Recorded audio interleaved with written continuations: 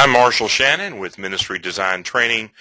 Today's tutorial is going through a construction management glossary, or think of it as a construction dictionary, and hoping to make you familiar with the different words and their meanings so that when you discuss your project with an architect and engineers, builders and subcontractors, suppliers, and consultants, that you'll have some idea of what their language means and what they perhaps mean when they hand you a contract or an agreement and you read the language.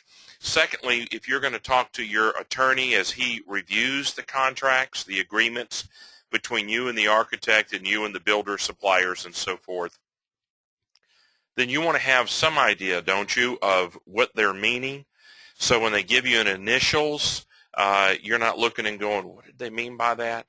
This will help you better steward your project if you and your building team in your church understands what people are saying.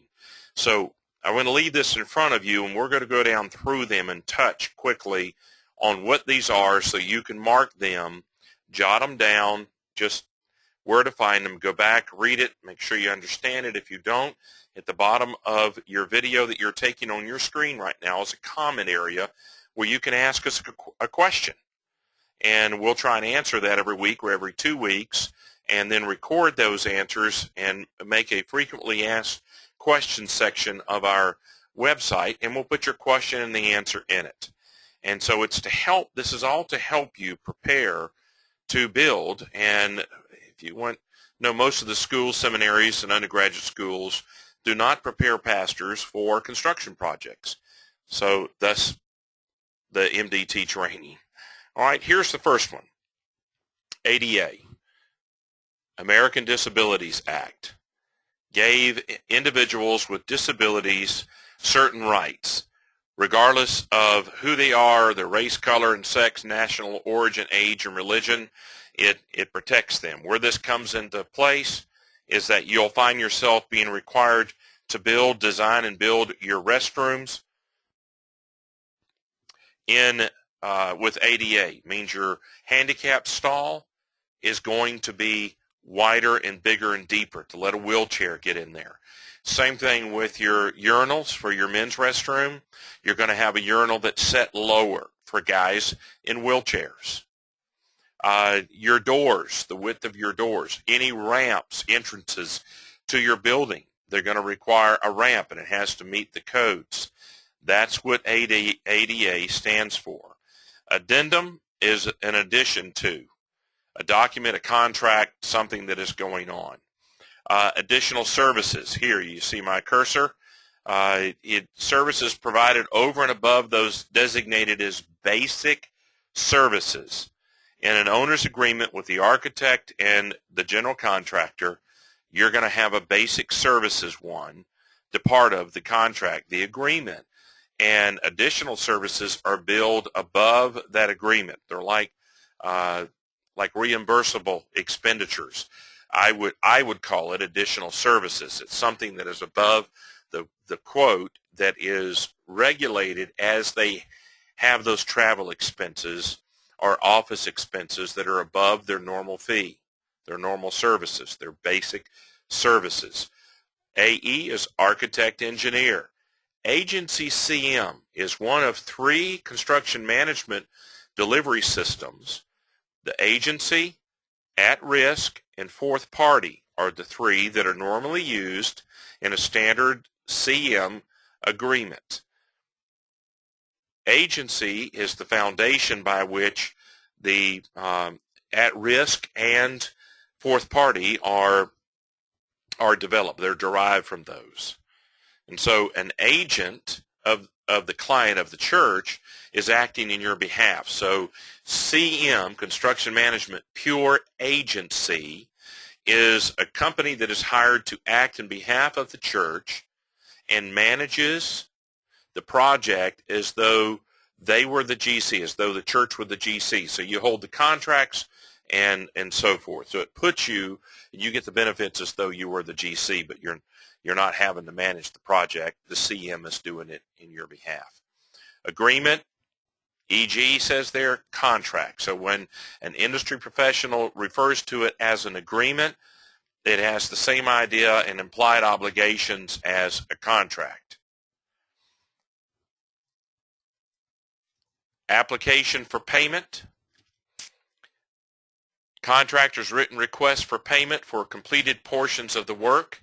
I may have warned you in the video. One of the things you have to watch out for when you build is that a subcontractor will do it to the construction manager in the church or to a GC or to a design builder, but a GC can do it, a builder or a construction manager can do what's called front loading.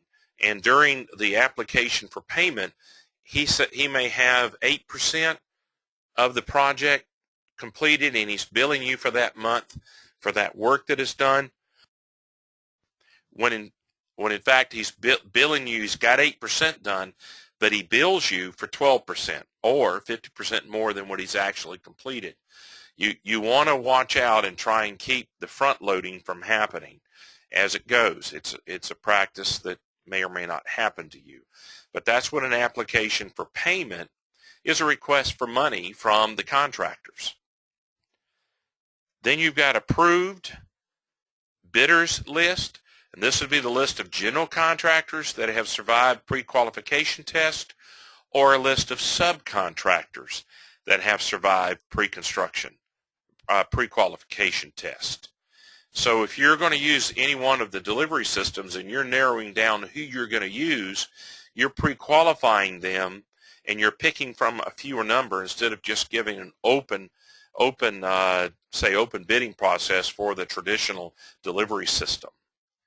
Approved changes. Any change order that you have during construction has to be signed off by the owner. Architect is the designer. An architect's basic services. A recognized series of phases performed by the architect. Schematic design is drawings on the paper, elevation and floor plan. And the second thing, he's going to take those and develop those as he works with you. So in the first one, he is getting an idea verbally and in writing from you what you see your basic programming needs are, and he comes up with a conceptual schematic design. And then he takes that design and you begin to perfect it with him, and you end up with design development. That's what's happening after you've looked at the first set of drawings that he's given you. So he's tried to translate your vision and your direction as to what you want to build into schematic design, and then he has to develop those to perfect them. So you know where every door is, every window is, every closet, every piece of furniture, the height of the ceiling, the size of the rooms, the traffic flow, the materials the building's going to be built out of, whether you're going to do a Chevy, Buick, or Cadillac in each area of the building. And then once you've nailed all of that down through design development, he's going to step you into the construction document phase, where you're going to release the architect and his engineers to take your development of your design, and now they're going to draw all the MEPs and structural to it, and you don't want to be making changes during this time if they're going to be charging you, or it's going to lengthen the number of days or months it takes to get the construction drawings done. So as you're doing this, it starts out really flexible, begins to get firmed up during the design development phase, and now it's set. And you've got construction documents, and you've made your decisions, you've done all your homework, you perfected the plans, and now they're going to make 80 pages worth of designs for you, or 60 or 120, and a specification book. And they're going to do the fourth service, is the negotiated phase, where you're going to bid it out, or you're going to work and get an agreed maximum, guaranteed maximum price from a design build firm or from a construction manager. The construction phase is when the architect is coming once a month or so, and is coming on site and inspecting the construction as it goes from your site work all the way to the completed construction, and they are inspecting it and then asking for any changes that might need to happen if they see something that's not according to the plans. So he is helping you and working with the builder and working with you as the owner during construction to give you support. That's what the architect's basic services are. If you have a question, put it in the comment section. We'll try and clarify it and help you from there. You're going to hear people talk about AE. That's architect and engineer. Architectural drawings is a line drawing showing the plan and elevation of the proposed building. So it gives you the overall appearance of the building on a sheet of paper. Architectural drawings, that's what it's referring to. The next one is important. You need to catch this one. As-built drawings. As you build your building, you're going to make changes. Either the government, 3 sources of change orders.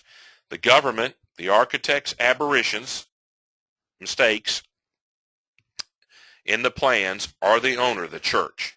The biggest source of change orders, I understand, is the church. But as you go through it, they mark up and redline your plans and show changes. The architect, you ask him to go back, and he'll do it for nothing or for a fee, and develop as-built plans so that you'll have a record of a drawing that records exactly how the building was built after the changes were done. So at the end of construction, during the warranty period, the architect should come back to you with a clean set of drawings showing you exactly all the changes that were made and where they are. That way, when you go back to steward your facility, to manage your facility, you can show your facility manager and your facility maintenance crew and your custodial crew where everything is and how it was exactly built. I believe that to be very important in my 30-plus years experience of dealing with churches and buildings. Basic services, we've already dealt with the architect's basic services, but the engineers and the others, they have basic services. A bid is a binding offer. Note that, and it's expressed in dollar amounts with particular services, clearly stated requirements. The difference in that and an estimate is just an approximation and not binding. But a bid is a binding offer. So you get that from general contractors if you use traditional, or for some contractors, you get a binding bid where they say, I'm going to build it for this amount. The next thing on the list is bid documents. Bid documents are the documents that are distributed to contractors by the owner, by the architect, for bidding purposes. And there are drawings, specifications, form of contract, and other conditions and forms they need to give you a binding bid. Another one is bidding documents, the published advertisement, or a written invitation to bid with instructions, a bid form, contract documents, an agenda for turning in those bids and so forth. So when they talk about that, you'll have some idea of what they were meaning. Then we move to building codes. Building codes are the legal requirements set up by the different government agencies covering the minimum acceptable requirements for all type of construction. Now, there's an international building codes and uniform building codes and other building codes. But the local authority where you live, the local government where you live, adopts it in whole or in part, and then has addendums of their own that they can put into place. So they can enforce any or all or none of the International Building Code, as I understand it. May be corrected by that. But when you go in, you need to have your architect, engineers, and your builders looking at the codes of your local building authorities to see what they adopted or didn't adopt, because that's the Bible or the rule book that they're functioning by. When someone talks to you about the building envelope, it means dried in. It's the roof and walls and windows and doors that enclose your space, your building. And that's what they're talking about, the structure of your building, the building shell, to shell in your building. It's what you're going to heat and cool inside. What's a building permit? It's a written document issued by the government that is giving you permission to build your building. Building process, I put this in here because I wanted to touch on it. A building process is every step of a construction project from its conception to final acceptance and occupancy. So in our building process at Ministry Design Training and Ministry Design Concepts, it's the preparation where the key leaders of your church are starting the idea that you need to build and planning years ahead, hopefully 3 to 5 years ahead, before you build your building. And then there's planning where you're working with your industry professionals, pulling everything together. Then there's the design phase where you're master planning and doing your construction drawings. Then there's the bidding stage where you get your pricing and make your choices about the builder that you're going to use if you're using traditional, or you've negotiated a price with the builder or a construction manager. And then construction is the fourth part of the process, the fourth phase, and then facility management. That's the building process. It's not just construction. It's all 5 of those areas together in my thinking. Then change orders. Folks, it's very important that you understand that a change order is a written document between the owner and the contractor, signed by the owner and the contractor, authorizing a change in work or an adjustment in the contract sum and the contract time. It can be signed by the architect and the engineer, but they're not to proceed without you giving written permission to do so. And as I said, they come from 3 sources: the government, the architect and engineer, and the owner, the church.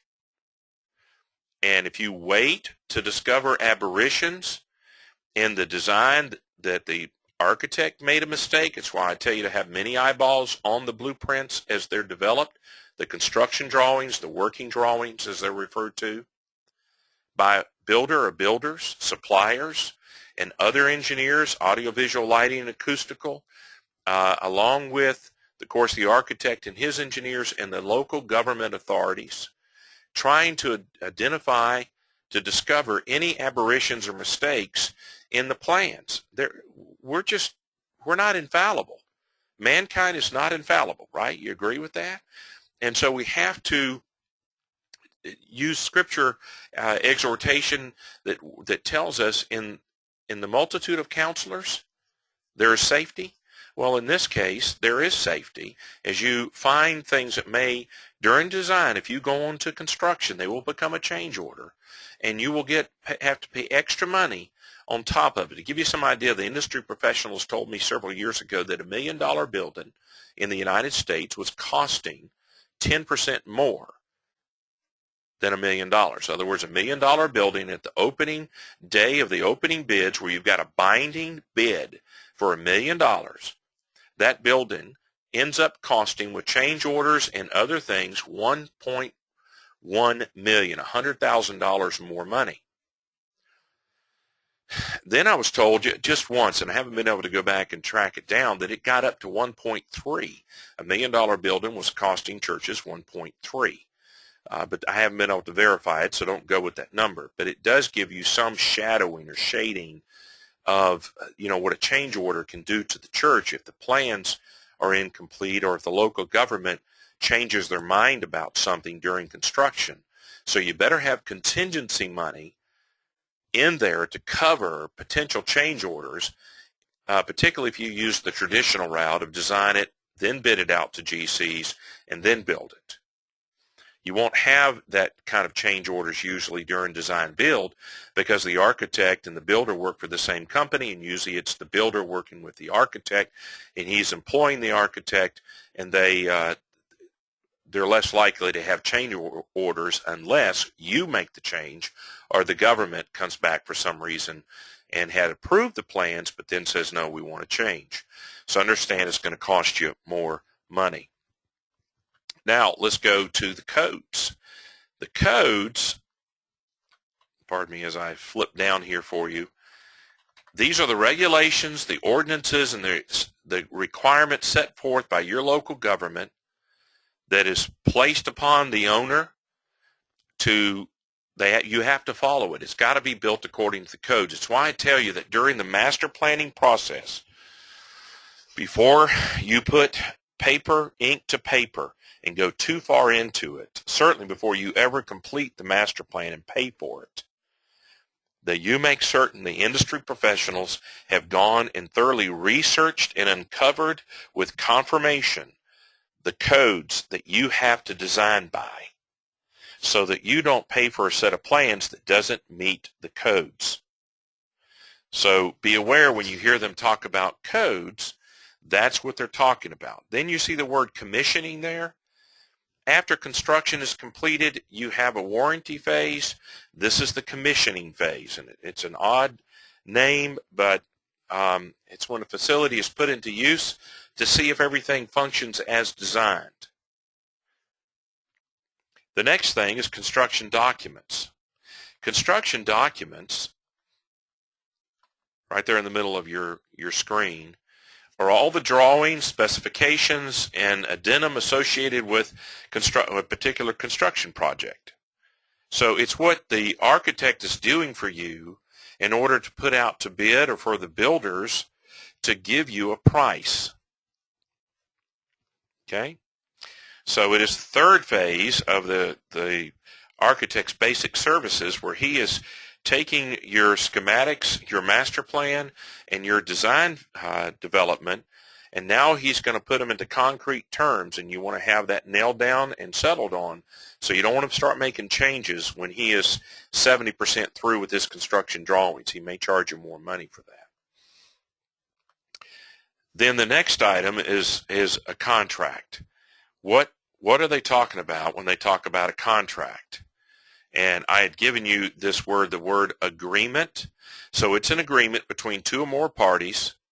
It's written and enforceable by law, and a written or document containing such as an agreement. So they may be using the word agreement and contract as a binding agreement, legally binding agreement between two parties. You can ask your industry professionals how they define it, and if that's how they're using it. But there are two words that you need to get clarification. Then there's contract bond. A contract bond involves a third company, a fourth company. It's an insurance company that is insuring the main contractor or even the subcontractors, guaranteeing completion of their contract to build their part or all of the building if they fail to do so. And they're going to pay for it. Now, there's more to it than that, but that's just a basic idea of what a contract bond is. But you'll hear about a church or a company that bonded the construction. In CM Pure Agency, you can put it on the main subcontractors, your big ticket items that are building your building, the subcontractors. In a regular traditional or design build, you're putting it on the general contractor or to the design builder, and it's going to raise your price of your building 1% to 3% is where I'm told it's been around that. And you need to know that if you wanted to bond it, so you've got insurance if there's a failure in part or whole of the GC of the builder, that you've got insurance that the insurance company, the bonding company, is going to come pay to have the building completed. So a failure is not catastrophic. Just something that you need to know. So there's performance bonds, contract performance bonds.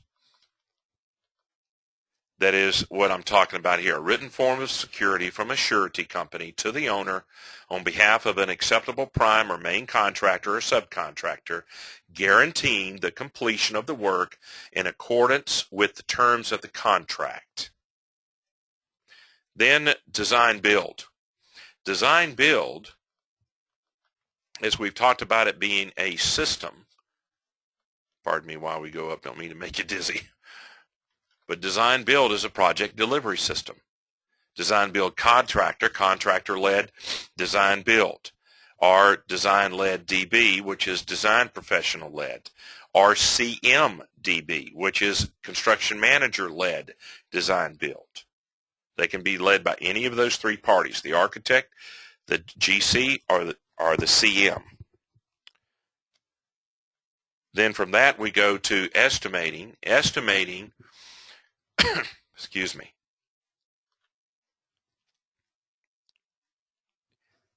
Estimating versus bid. So see the word here in the middle of your screen where my cursor is the process of calculating the cost of material, labor, and equipment to complete a project, to a given project. There is a difference between estimating and bidding. It's a calculation. It's an estimate. It's a guesstimate. Think of the difference between someone says, well, I'm giving you an estimate on this floor plan and elevation during your master plan or schematic phase. And it's an estimate. The bidding is a binding amount of money for a contracted amount of work that your architect puts together this document, and a subcontractor or general contractor gives you a price for that is binding. He is writing his name on the line that he's going to build that building or the portion of that building for X number of dollars. That's not an estimate. That's a bid that is binding. An estimate gives you a ballpark range of what it should cost when the completed drawings are done. It helps you budget during the design process. You want to get estimates in every step, so you're making certain you're staying within your total project budget. Ethics are self-imposed rules or standards of performance for professionals. And remember, there's a difference between being ethical and moral. An ethical person knows what's right and wrong. A moral person does what is right and wrong, does what is right. Not only knows it, but performs by it. There's a difference. All right? Now, final inspection. As we roll down here, get to final inspection. Final inspection is when you've completed your building, you're walking through with your contractor, the owner, maybe your architect, and you're the authorized government official, and you're going to be given a certificate for payment where he's going to be able to give you a final payment, the one underneath it, and the final inspection is a walkthrough, and you usually have a punch list that he has to go back because the building's not quite perfect. That's normal. It's not unusual, and they go back and complete the punch list until you're satisfied, and so you have a final inspection. Then you go from final inspection to FF&E. FF&E, as you see written here, is an abbreviation for furniture, fixtures, and equipment. And it's all a part. Every job really has these, and you need to know when someone says, what about your FFE? That they're talking about the furnishings in your building, the fixtures, light fixtures and others, and equipment that's installed into your building, a permanent part of your building, that you know what it's talking about. It's an abbreviation. Along with this, then you move to general conditions. Field conditions, general conditions, I've heard them used interchangeably by builders, but this is a written portion of the contract set forth by the owner, and it's talking about the rights, responsibilities, and relationships of the parties involved in the performance of the contract. General conditions are usually included in the book of specifications. So let me put it to you this way. It's the construction trailer, the dumpster, the porta-john, and any number of other things that are done and used by the general contractor to perform the work, and he is billing you this document that should range somewhere, it has been anywhere, somewhere between 9 and 12, 13% of his total fee, which is between 22 and 25%. So you split it up between general conditions, often called field conditions, and his markup, which includes his markup of his fees. So when you look at those, it ends up being around 25% of the total contract for the site work and construction. Well, general conditions is what every builder, whether he's a construction manager, design builder, or GC, using a traditional delivery approach, they have cost that they have to cover, and they're giving you an estimate in the contract telling you what you're going to pay for them to perform their duties on site. General conditions. Then we move from that to general, guaranteed maximum price. Guaranteed maximum price is where they give you a fixed price, that there's a ceiling price that is given to the church for the cost of construction. And if it exceeds that, the builder eats it. And so when you use construction management at risk, they're normally giving you a guaranteed maximum price, and then hopefully they'll share the savings underneath the guaranteed maximum price, that you get money back or don't have to spend the money. But also it means that the builder may choose to hold, or you may choose for the builder to hold the contracts with the subs. So this language is used in the different delivery systems and by different industry professionals. Then there's one I want to roll to that is very important, and it's called liens. A lien or mechanics or material lien is the right to take and hold or sell an owner's property to satisfy unpaid debts to a qualified contractor for labor, materials, equipment, or services to improve your property. Now, look at these two words that are used here, lien and lien release and lien waiver. These three terms, so a subcontractor has done the work and you don't pay him, or you've paid the GC and the GC doesn't pay him in a timely way, and he is allowed to go to the courthouse and to put a lien on his portion of the work so that he is holding you accountable for paying him for the work done. So a mechanics lien or a supplier would do a materials lien, or both a subcontractor, and the right to take and hold, and it'll stop your project. You've got to get those paid before you roll your construction loan over into a mortgage to start making your payments after construction. A lien release means that the contractor is releasing the lien, mechanical materials, after it's satisfied, after they are paid.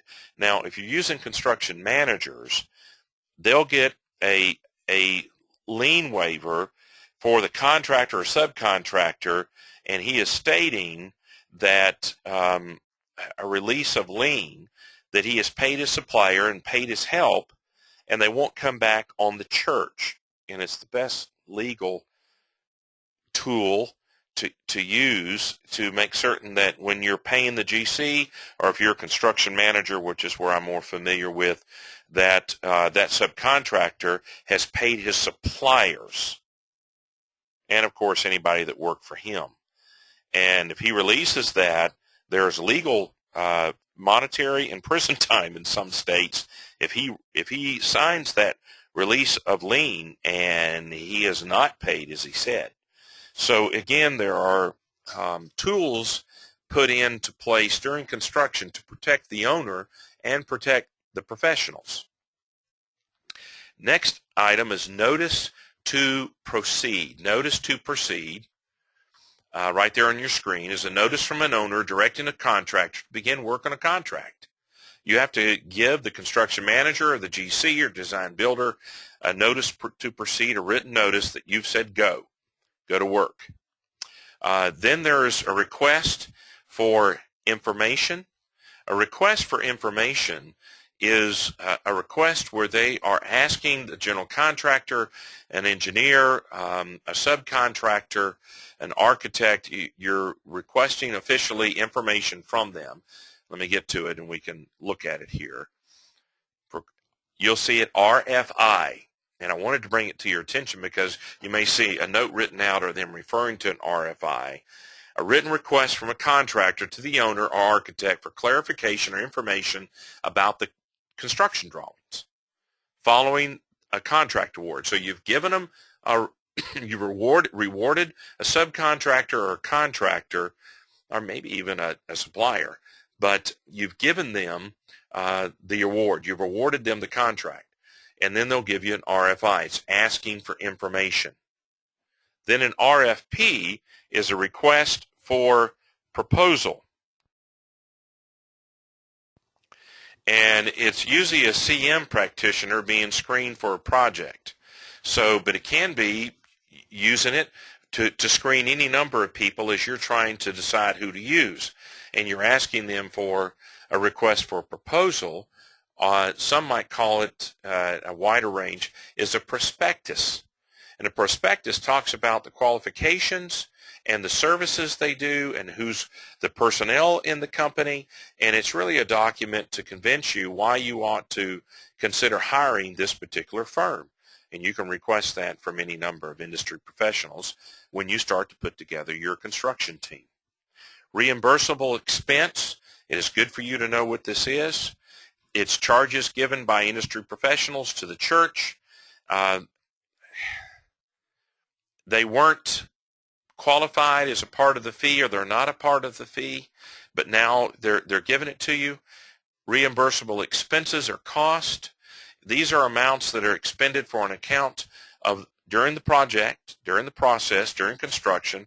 They're reimbursed by the owner to the industry professional, and they're outside the normal fees, but a part of the term. So an architect, for instance, will have his basic fees plus reimbursable expenses, and he'll list there travel expenses, meals, transportation, lodging, and office expenses that he may have in making copies, and long-distance phone calls if he were charged for that, which may not be happening now at all with the way the technology is.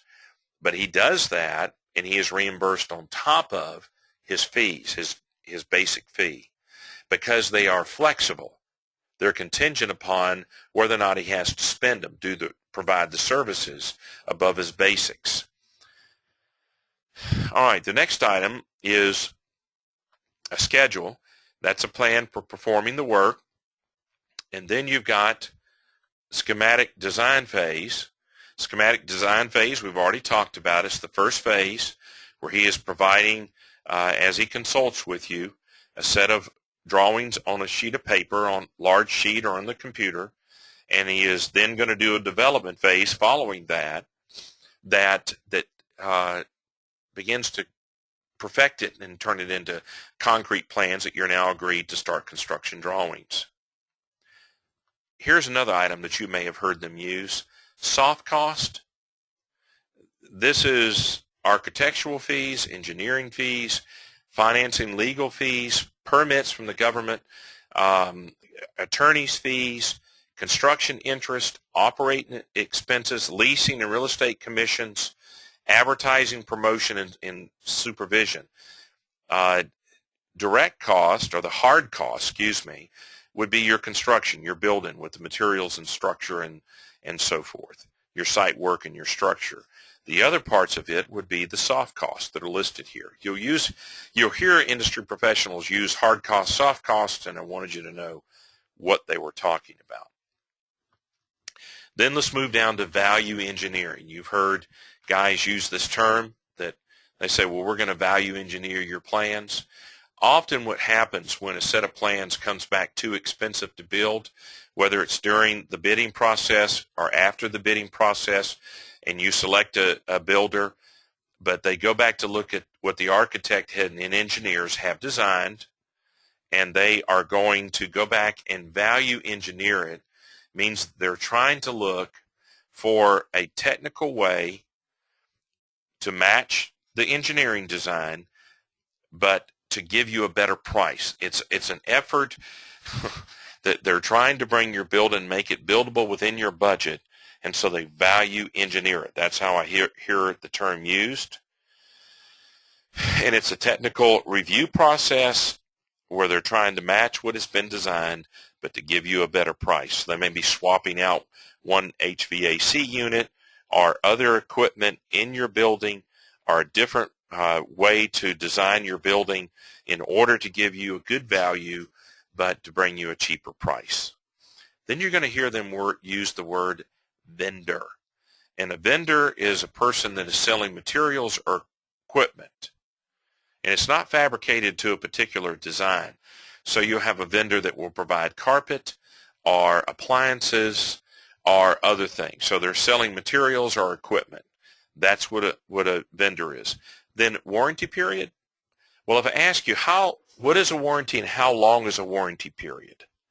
Well, a warranty is an assurance that from the builders and the suppliers that their workmanship, their equipment, their material, it will perform as promised, as required by the contract during the warranty period. Now, the warranty period normally for a building is 1 year. Under different state laws, you may find different parts of the building being required to be under warranty longer. So in South Carolina, I think it used to be 10 years for the structure. Now I think it's 13. It may have changed.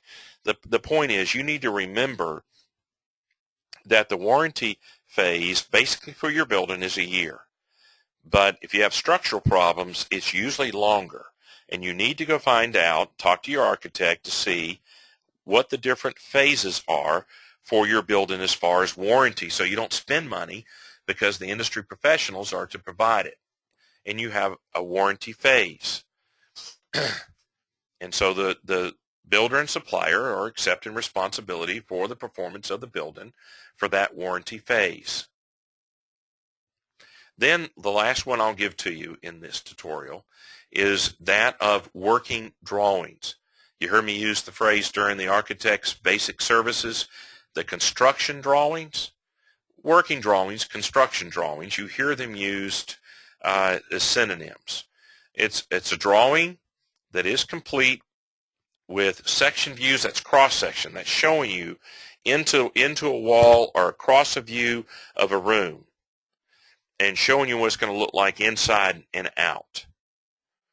And it's in enough detail that you can bid it out and you can build and replicate what is drawn, and they can build your building off of it. So construction drawings and working drawings. That's the plans in full detail with specifications for a GC to build your building, for a construction manager to build your building, for a design builder to build your building. Which, by the way, a design build company, not everybody does this. And I talk about this in the webinar video on delivery systems. Sometimes a design builder that is employing the architect will only have him do not a fully detailed set of construction drawings as you would get if you were using traditional or construction management, because the builder is already providing shop drawings and knows what he's going to do in your different areas, because he's got control of the design and construction, not you.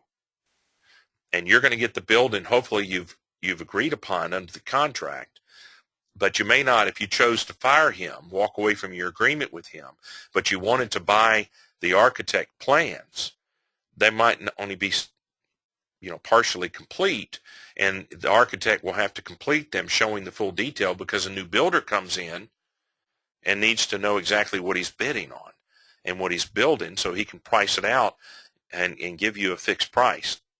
So just some thoughts that you have to navigate your way through. Well, I'm Marshall Shannon, your pre-construction navigator with Ministry Design Concepts, and this is Ministry Design Training website with these tutorial videos. Thank you much. Please be sure to write any comments, give me any questions at the bottom of your screen there so that we can answer those in a weekly or bi-weekly timeline. Thank you much.